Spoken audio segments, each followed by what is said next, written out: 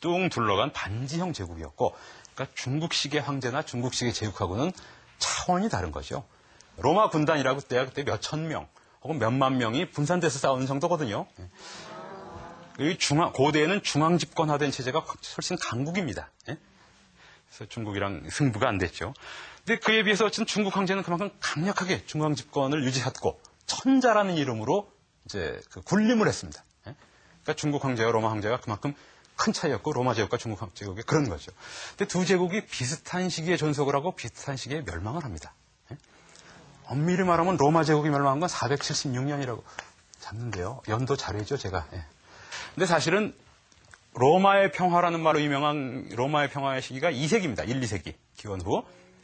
그때 로마 황제들이 5명이 연속 현명한 황제가 들어서 오현제 시대라고도 말을 해요. 오현제. 전부 아들을 못 낳습니다. 그래서 양자상속을 합니다. 양자상속을 해서 양자하고 몇 살 차이 안 나는 사람도 있어요. 자기 믿을 만한 신복 부하를 양자로 삼습니다. 자기 아들이 없이.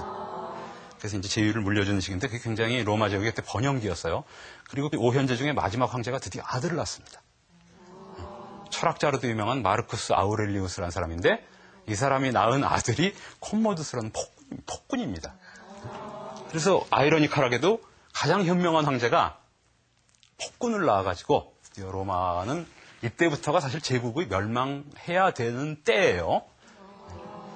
그 뒤로는 한 80년 동안에 50명의 황제가 들어서고 굉장히 반란이 많았다는 얘기죠.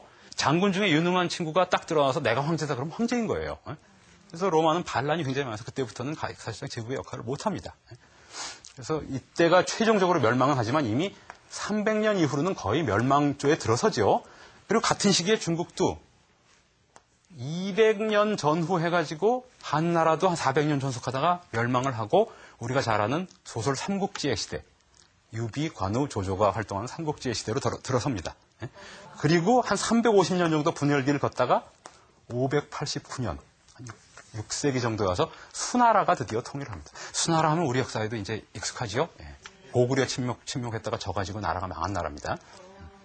이때 중국 역사는 이시가 춘추전국 시대에 이어서 두 번째 기다란 분열기를 겪습니다. 근데 참 역사라는 게 묘한 거죠. 아이러니컬하게도 강력한 통일제국이었을 때는 어떻게 보면 별로 발전이 없다가 분열기 때 많이 발전합니다. 사실 한반도 왕조들도 이때 많이 발전을 해요. 고대 삼국이.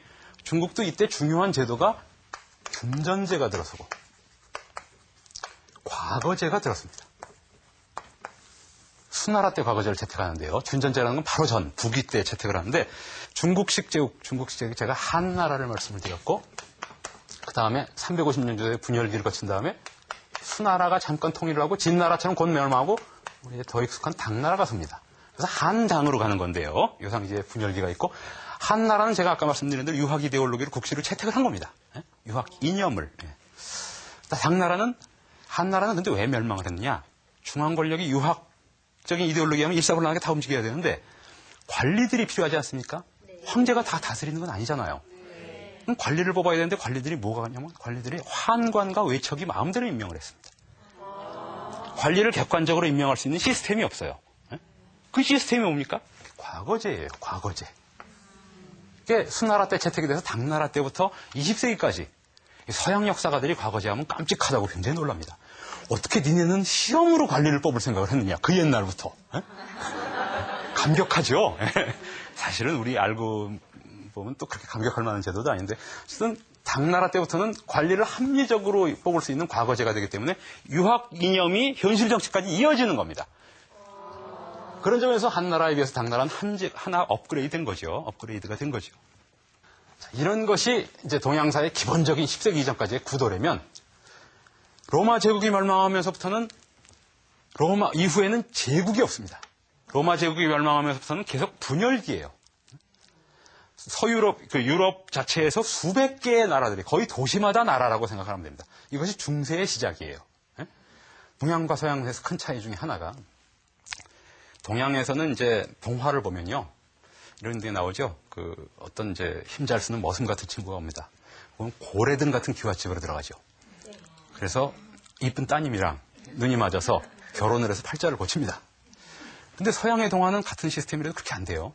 꼭 고래등 같은 귀하집이 아니라 어떤 거린 같은 친구가 왕궁에 들어갑니다. 그래서 그 집 이쁜 공주랑 결혼을 합니다. 그래서 서양엔 왕자와 공주가 굉장히 많이 나와요. 오죽하면 백설공주도 있고, 그리고 엄지공주도 있고, 백조왕자도 있고, 그렇지 않습니까? 그것이 왜 그러냐면, 우리는 동양식 왕조에 익숙한 사람은 굉장히 나라라는 것이 굉장히 넓고, 큰 영토를 가지고 있고, 나라 안에는 여러 개, 수십 개의 도시가 있다. 이런 개념을 가지고 있습니다. 이런 넓은 곳에 왕은 하나뿐이다. 이런 생각을 합니다. 근데 서양은 무려 17세기까지도, 독일 지역 같은 경우는 19세기까지도 도시가 나라입니다.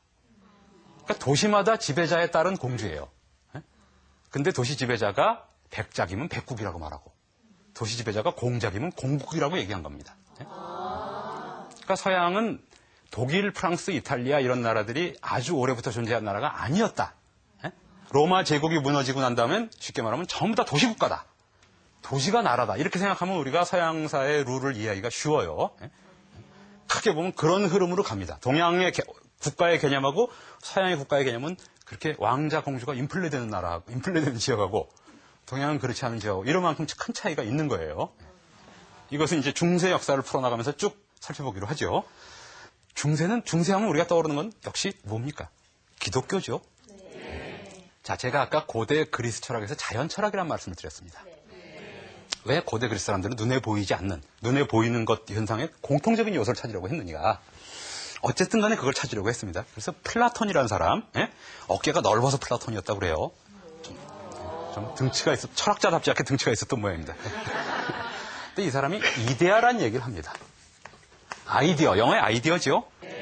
아주 쉽게 얘기해서 이데아라는 건 뭐냐면 의자는 여러 가지 종류가 있죠. 쇠로 만든 게 있고 나무로 만든 게 있고 때로는 뭐 걸상 같은 의자도 있는가 하면 아주 안락 의자도 있고. 근데 이걸 우리가 다 왜 의자라고 부릅니까? 의자에 뭔가 공통적인 요소가 뭔가 있기 때문이라고 생각할 수 있지 않겠습니까? 그게 의자의 이데아예요. 의자는 뭔가 이데아가 있기 때문에. 이데아는 현실에 존재하지 않아요. 영화라는 영화가 존재합니까? 왕의 남자나 괴물 같은 영화가 존재하는 거지 영화 자체가 존재하지는 않잖아요. 그렇지만 왕의 남자도 영화고 괴물도 영화다는 얘기는 뭡니까? 영화에 뭔가 본질이 있기 때문이, 이데아가 있기 때문이다. 근데 이건 현실엔 존재하지 않는다. 어디에 존재합니까? 다른 세계에 존재합니다. 다른 세계. 그리고 지금의 세계에 존재하는 건 이데아의 사본들이 존재합니다. 우리가 볼 수 있는 의자, 칠판 이런 것들이 이데아의 사본. 칠판의 이데아가 따로 있습니다. 얘는 칠판의 사본입니다. 얘는 그냥 복사본에 불과해요. 자, 제가 왜 이런 말씀을 드렸냐면 뭔가 세계를 둘로 나눈 겁니다. 그래서 하나는 존재하지 않는 피 안의 세계에 있고 이것이 차 안의 세계입니다. 우리가 이렇게 플라톤이 사고를 했습니다. 여기서 조금만 더 가면 이것이 하나의 신으로 묶어서 쉽게 말하면 여기다 구세주 하나만 더 하면